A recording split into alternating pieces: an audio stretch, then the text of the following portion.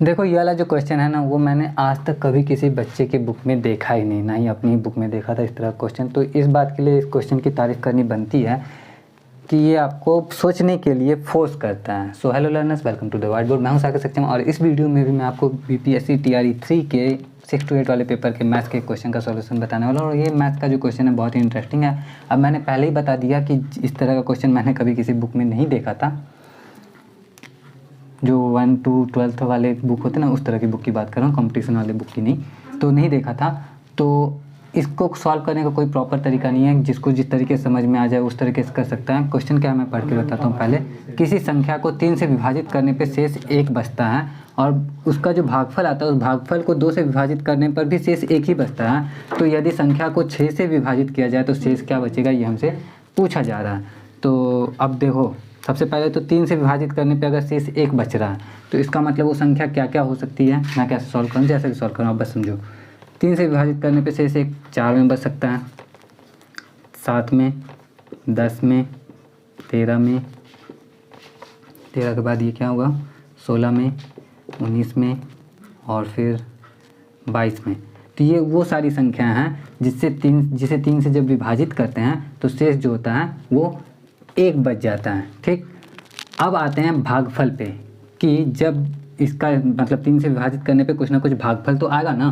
तो भागफल इससे जब 3 से विभाजित करते हैं तो भागफल 1 आएगा, इसे 3 से विभाजित करेंगे तो भागफल 2 आएगा, इसे 3 से विभाजित करेंगे तो भागफल 3 आएगा, इसमें 4 आएगा, इसमें 5 आएगा, इसमें 6 आएगा और इसमें 7 आएगा। तो सब में कुछ ये भागफल आ रहा है। अब भागफल को 2 से विभाजित करने पे भी 1 शेष बचता है। तो इसे 2 से विभाजित करेंगे तो 1 शेष बचेगा, ठीक है। इसे 2 से विभाजित करेंगे तो कोई शेष नहीं बचेगा, इसे 2 से विभाजित करेंगे तो शेष 1 बचेगा।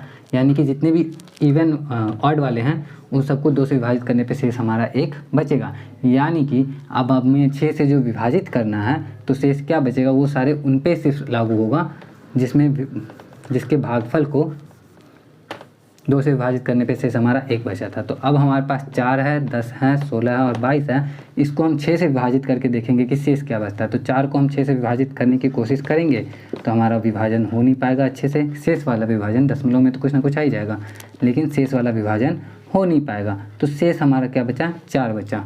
जो भी बचा, प्रॉपर तरीका नहीं है ये, लेकिन फिर भी ठीक है, 4 बचा के दिखा दिया हमने। 10 से विभाजित करते हैं 6 को तो कितना आता है, तो 6 के 6, फिर से 4 बचा हमारा। 16 को विभाजित करते हैं 6 से तो कितना आता है, 6 दूनी 12, कि फिर कितना बचा, 4 बचा।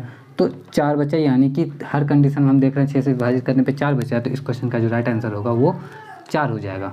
ऑप्शन ए में राइट आंसर है। उम्मीद करता हूँ समझ में आया होगा आपको। अब इसको करने का और भी तरीका आप खोजने चलोगे तो मिल तो जाएगा ही।